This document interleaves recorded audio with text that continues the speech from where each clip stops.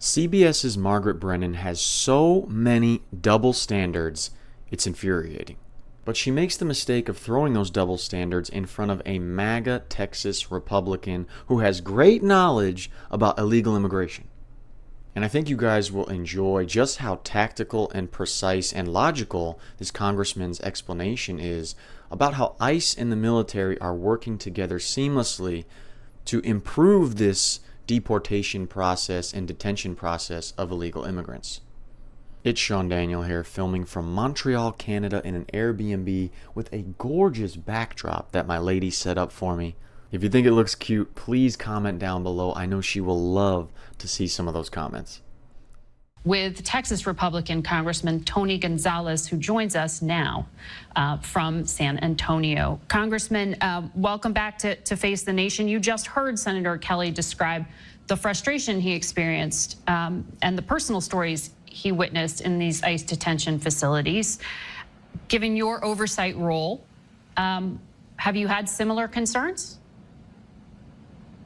Good morning, Margaret. And while I appreciate Senator Kelly's service, the part that he's getting wrong with ICE is for every sad story of someone being deported, there's 10 sad stories of Americans that have had their lives turned upside down because of the illegal immigration. And to be demonizing ICE agents is not right. You know, right now, ICE agents have a 1,000% increase on attacks, yet they're seeing a huge increase in amount of people that want to serve. There's currently 10,000 vacancies, and they have nearly 100,000 applications. I do think there's a balance where we need to go after these convicted criminals, the worst of the worst, and be able to tackle some of that. But we should be encouraging this enforcement of laws, not these sanctuary cities that allow the lawlessness to take place. No, and I think the senator was talking about how it just wasn't working during the last administration, so he was not praising that past system. But in terms of how the current one is being operated, I know you had raised concern that those being mass deported were not necessarily the worst of the worst and violent offenders. I know that because you issued that letter to ICE, and the data that came back showed that most of the convictions were for traffic or immigration offenses, not violent criminals. Less than 1% of the convictions of those deported were for homicide. Only 1.2% were for sexual assault.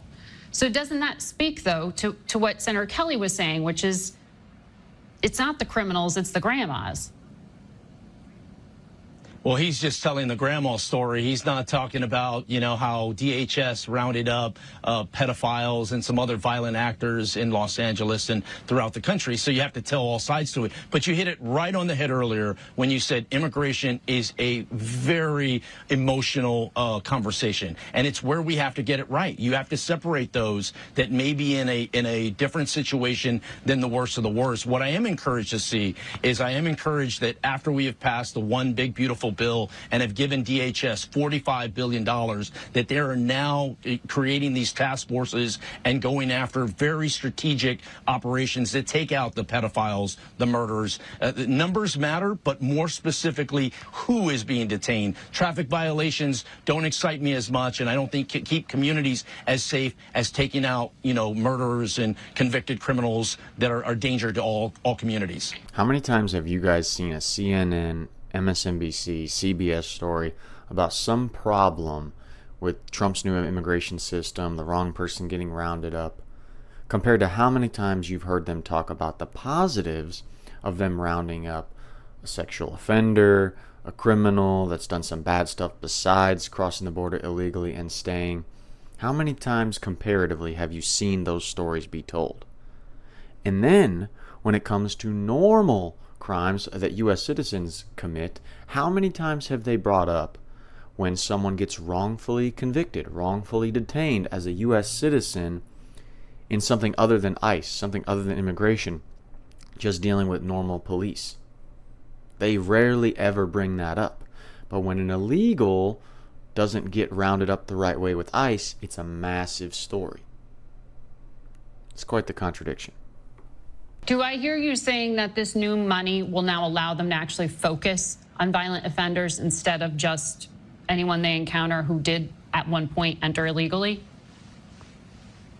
Yes, and this is what I'm seeing, is I'm seeing a mix of these self-deportations. Secretary Noem has been very active. She essentially has traveled Central and South America talking to a lot of heads of state, and a lot of folks are self-deporting back to these countries to the tune of hundreds of thousands. I think what that does is that alleviates some of the stress on DHS, essentially to put numbers on the board and instead create these task forces to go after these bad actors. To me, that's the secret sauce. You create these task forces and get after the worst of the worst. Okay. We do see, though, in the courts that the Trump administration is trying to do away with limits on child detention.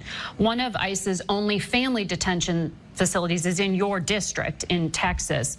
And you did vote for the One Big Beautiful Bill. And it includes a provision that allows families with children to be held indefinitely, which contradicts that long-standing precedent of putting a 20-day limit on detaining children. Do you think that needs to be changed in future legislation? Should there be limits on detaining kids? Possibly. I mean, the legislative piece is a much more long road. What I've seen under both the Biden administration and the Trump administration is that it's a delicate balance, right? How do you keep families together? How do you make sure that there is coordination to what country they're going to? But what we don't want to see is somebody indefinitely held without having due process. But what we do want to see is after that due process is completed, that they're immediately removed in a humane environment. And, you know, I visited these facilities under both administrations, and I've never had a problem with ICE facilities. They've always allowed me to view everything I wanted. I've taken pictures, I've done videos, I've spoken to people that were there, and I think that's the important part. Our government needs to be transparent to what's happening. Now that raises an interesting question about media coverage, because under the Trump administration, the media has given a ton of attention to the detention standards at ICE facilities. But did they ever do that under the Biden administration when there was still ICE running, there were still ICE detention centers? No, they never did. But now that Trump's in power and utilizing detention centers, it's a big, big problem. And we would love to take our cameras into some of those facilities if you could help us do that, sir, because we don't have that access. And I know a number of those immigration advocates have said that. They are frustrated they don't have more access now to share with the public what they're hearing. But now I do want to ask you about this Fort Bliss facility, an Army base that's partially in your district. I understand they're trying to turn it into a place with tents, soft-sided tents, to hold 1,000 individuals under ICE custody. Doesn't blurring the lines between law enforcement and the military start to get us into uncomfortable territory? It could, but let me give you some of the details on that facility in particular. One, that the soft-sided facility is located right next door to the current ICE facility in El Paso. So while it's on Fort Bliss, it really in many cases is managed by ICE. Some other details, there's already over 100,000 illegal aliens in that facility. By the end of the week, I expect that number will raise up to over 1,000, and then in the coming weeks, it will raise to several thousand. Now, the price tag, $1.2 billion. I am a little concerned that the initial cost is $230 million that the Department of Defense is paying for, and so that's where I don't. Fort Bliss is the Swiss Army knife of the Army. They do a fantastic job of whatever mission gets sent their way, but I don't want to see Department of Defense get stuck with the bill, if you will. These is where the details matter. We just passed this $45 billion for border security. I'm hoping some of those funds reimburse Department of Defense for their efforts.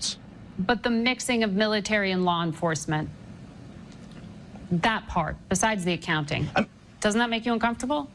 Yeah, it does. Well, you have to get it right. You know, if it's on base and, you know, if there's a collaboration, the fact is it makes it a streamlined process because of how close it is to the airfield, Briggs Airfield. So that in turn makes a safety issue, and it makes it just a cleaner effort. So there's a balance there, but I don't want it long term. I don't want to see soldiers operating in space. I don't think they want to be doing that. Yeah. But the fact that they're in there now, it's a seamless transition right now. So utilizing a military base right next to the ICE facility is an issue, but utilizing the Chicago airport to house illegals, give them a place to stay, shut down areas and terminals, or a terminal, I think it was only one, at the Chicago airport, that's no problem. That's taking care of illegals. That's giving them a safe and humanitarian place to stay. You see the hypocritical way that the media covers these things. They have the military trying to streamline a process for a temporary period of time to streamline how they get the illegals in the detention centers onto the planes back to their home countries, and that's an issue. Now, to a degree, it can be an issue long term, like the congressman said, but why doesn't Margaret Brennan and CNS go off when Chicago's using their airport to house illegals, when New York was putting illegals in churches or schools? This is why we can't stand the media. It's CeanDaniel here. If you enjoyed the video, consider liking or subscribing. And if you want to see Kristen Welker over here actually get humbled by Rhino Lindsey Graham, yeah, I know, it was a shock. Check out this video right here, and I'll see you in the next one.